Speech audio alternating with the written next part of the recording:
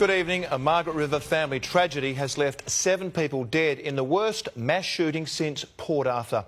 4 of the victims were children killed in what appears to be a murder-suicide. The details are emerging in Margaret River tonight as the police investigation gathers momentum. We'll hear from our team there soon. Police found 2 guns on the property with the 7 bodies. This well-kept property with its neat gardens and orchards, the scene of one of WA's worst mass killings. Forensic officers swarming the Osmington property, where the gruesome discovery of 7 bodies was made just after 5 o'clock this morning.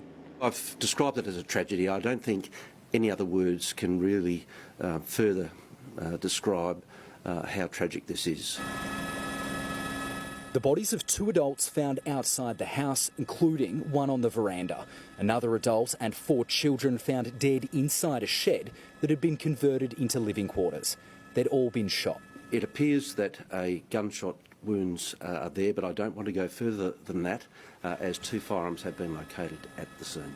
Well-known locals Cinda and Peter Miles owned the property. Their daughter Katrina Miles and her 4 children were living there too.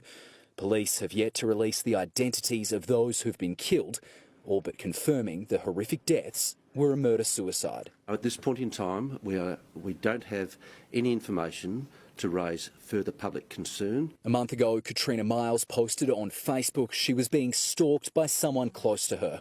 Neighbours say they heard gunshots on the quiet rural street early this morning. 3 shots and then 2 at about 4 o'clock this morning, and didn't think anything of it. Police say a 000 call came from a man connected to the property, but wouldn't say who he was. The reason police went to the property was from a telephone call which we've recorded. It's the worst mass shooting in Australia in 20 years, since Martin Bryant killed 35 people in the Port Arthur massacre. The horrific crime in one of Australia's most famous holiday regions, sending shockwaves across the state. Clearly this is a distressing day for Western Australia.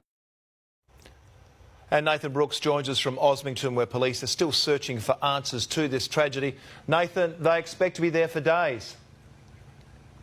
Yeah, that's right, Tomo. Officers are still here tonight, including ones from the forensics unit as well as detectives from the homicide squad. They expect to work throughout the weekend and into next week as they scour every inch of this large rural property. Now, obviously, there are still a lot of unanswered questions here in the southwest tonight. Police are expecting to release more information with regards to the identity of those victims later tomorrow. And the 2 officers who were first on the scene early this morning are receiving counselling after making that grim discovery here in the southwest early this morning. Michael. Nathan, thank you.